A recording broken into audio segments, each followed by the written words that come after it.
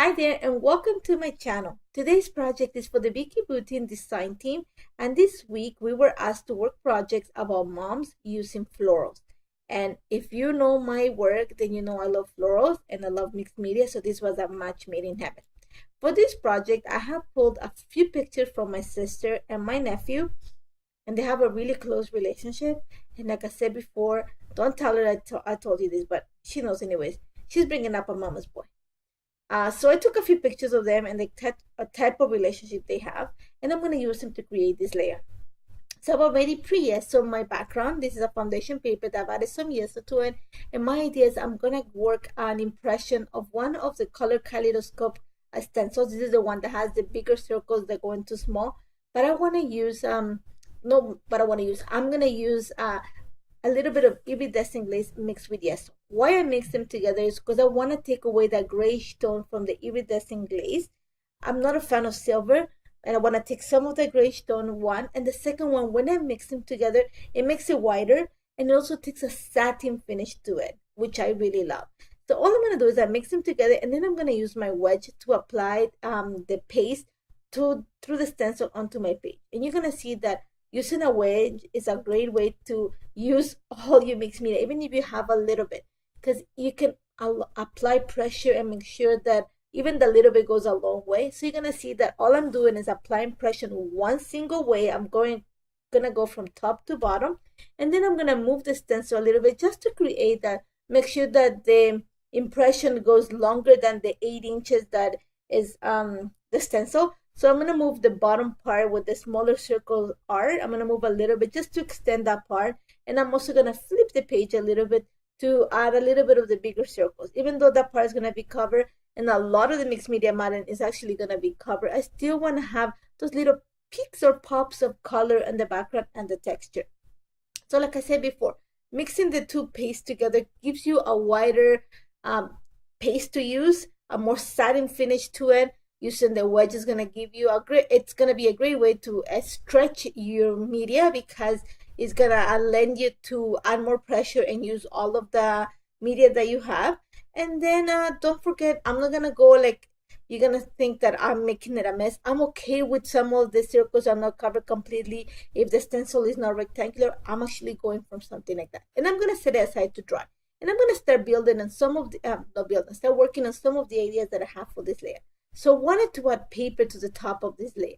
My idea is I want to have kind of the flowers cascading. So I'm thinking, how can I create that? So I'm going to cut this. This is the sunburst paper, and the B-side has these beautiful branches, and that matches the ones in the flowers. So I cut around a 5-inch strip from there, and then I'm going to cut a piece of the paper with the florals. I've already fussy cut quite a bit of them, so I have already pieces here and there. So what I'm doing is you're going to see that I'm going to layer them together, and I'm just kind of putting the papers on top of where mixed media is at, and then just to have an idea of what it's going to look like. Since I have the paper already outside, the one with the florals, I'm going to take advantage of the little pieces that I have and start fussy cutting the flowers. So I'm going to cut a few of them from the 6x8 paper pad, and I'm going to cut a few of them also from the 12x12 paper pad. And I want the different sizes of the flowers.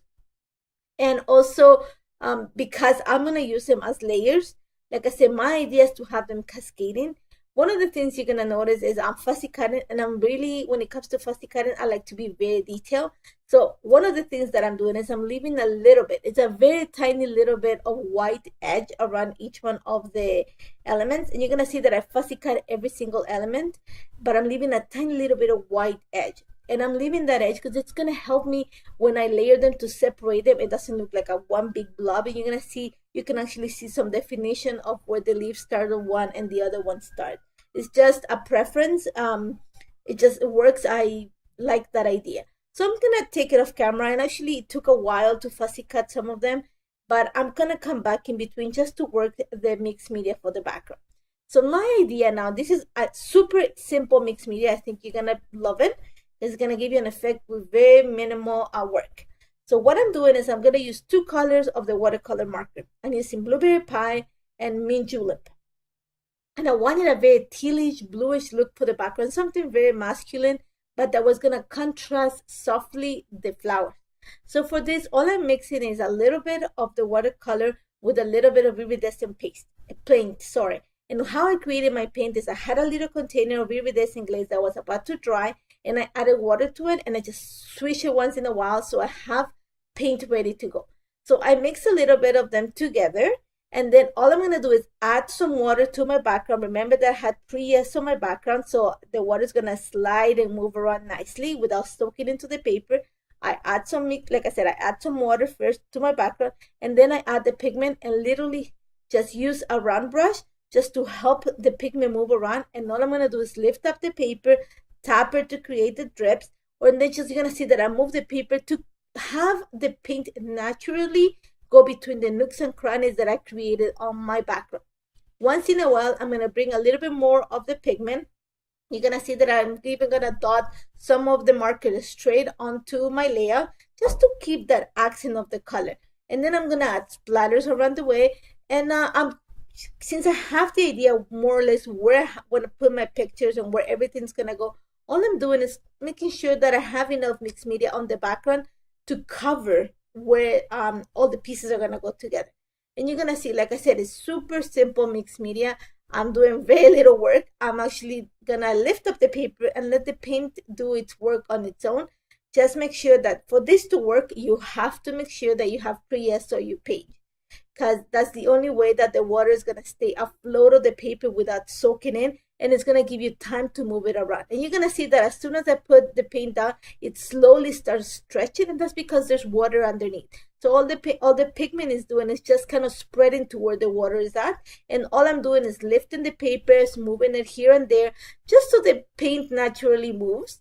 And then I'm going to set it aside to dry. Now, one thing that you don't see in the camera, because I did this off camera, is once I set it aside to dry, I realized that the colors are going to pale or become, they're not going to be as vibrant as when you put them down. It's just because you have the yeso underneath. So I added a few more little splatters of color to some areas, but nothing major. Now, I knew it was going to take a while to dry the background because I added quite a bit of water. So I'm going to go ahead and start working on the layer. Remember what I told you, that I had this idea of have the flowers coming off the paper? So to create that, I am going to rip some of the paper. So I'm going to make sure that the top paper, which is the one with the little branches, I am going to put that down and have an idea. Like I said, that my pictures are going to be a little bit on the left of the center line of the page. So I'm going to create my first fold, the top fold, by cutting a little slit and then just ripping up the paper. And then I'm going to put the flower paper, making sure the flowers are facing down, and then kind of do the same thing with a little, with the scissors, cut a slit and just bring them up. Once I have them in place, and you're going to see that the green paper is sticking out a little bit, I'm okay with that. I'm going to glue them together because my idea is I'm going to take them off camera and I'm going to stitch through the top, just the little kind of thing, just the edges of it, just to keep it in place. And I'm going to cut any piece of paper that's sticking off the cardstock. And that's pretty much what I did off camera. And this is the next day because it got really dark in Toronto. It was raining, so I didn't want to have a dark recording, so I just set it aside until the next day. Now, what I'm doing right now is overnight I fussy cut more flowers, and then I added a piece of the specialty paper behind the pictures, the one with the holographic flowers. And then all I'm doing is I'm gonna layer another piece of paper that has those tones of green and blue behind it, like kind of tealish green. And then I glued them together. And all I did is, like I said, I had an idea of the formation. I'm gonna make sure that the picture that goes on top where the little fold is created kind of tucks in underneath the fold. And all I'm doing right now is adding some foam adhesive because I want to make sure that they stand out from the background. So I'm gonna make sure that when I add the foam adhesive, they're gonna pop from the page. There's gonna be quite a bit of flowers floating around, and I don't want the pictures to get lost. So once I have that in place, I'm gonna come in and start working on adding the florals. And this is where it took me actually quite a bit of time, and it kind of gave me a little bit frustrating. My idea was to have the flowers kind of continue the look. So it looks like, I don't know, like the flowers kind of folded out of the page, and it did not work the way that I thought about it.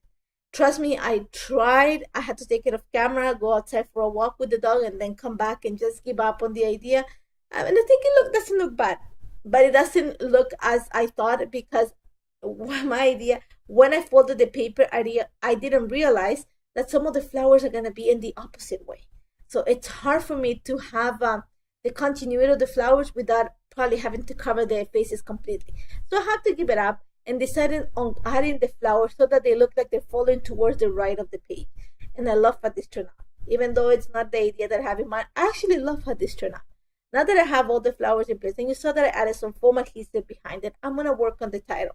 And the title is a combination of the puffy stickers with some of the chipboard stickers. The puffy sticker, I love the word capture because it's actually blue. And also because these are everyday pictures. Like I said, this is a picture of my sister and the relationship she has with my nephew. And my nephew can get away with anything as long as he goes and kisses and hugs her. And it's not a great thing, but he's very smart and my sister adores him. So this is I just take the pictures and document. So I'm just gonna put as capture today because this is pretty much what an everyday situation and when we're around. So I just want to take a picture. This one of the motherhood. I'm gonna tell you the same thing. My son is probably the same thing with me. I just adore my kids, but I have that type of relationship with my son. It's a little bit weird. I don't know. It's a weird relationship. I adore my kids, and my daughter and I get along great. But my son and he could probably get away with murder too. I don't know. There's something about it.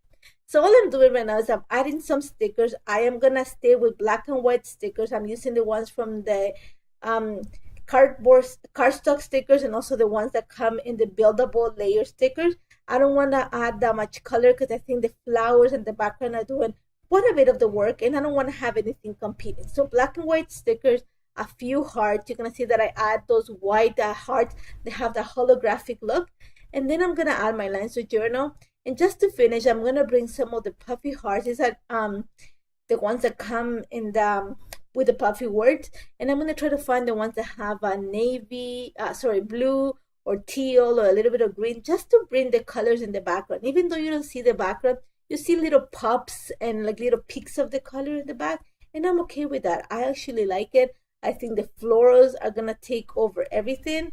Not take over everything, but actually take a lot of the page, and I'm okay with that. I love the combination, and I love how this turned out at the end. And I hope you try it. If you have any questions about any of this, don't hesitate to contact me. I would love to give you a hand. Remember to check out Vicki's products. They're amazing. So easy to work with. There's so much you can do. And if you have any questions, don't hesitate to contact me. I'll be back next week with another project. Thank you so much for joining me. Take care, guys. Have a happy Mother's Day.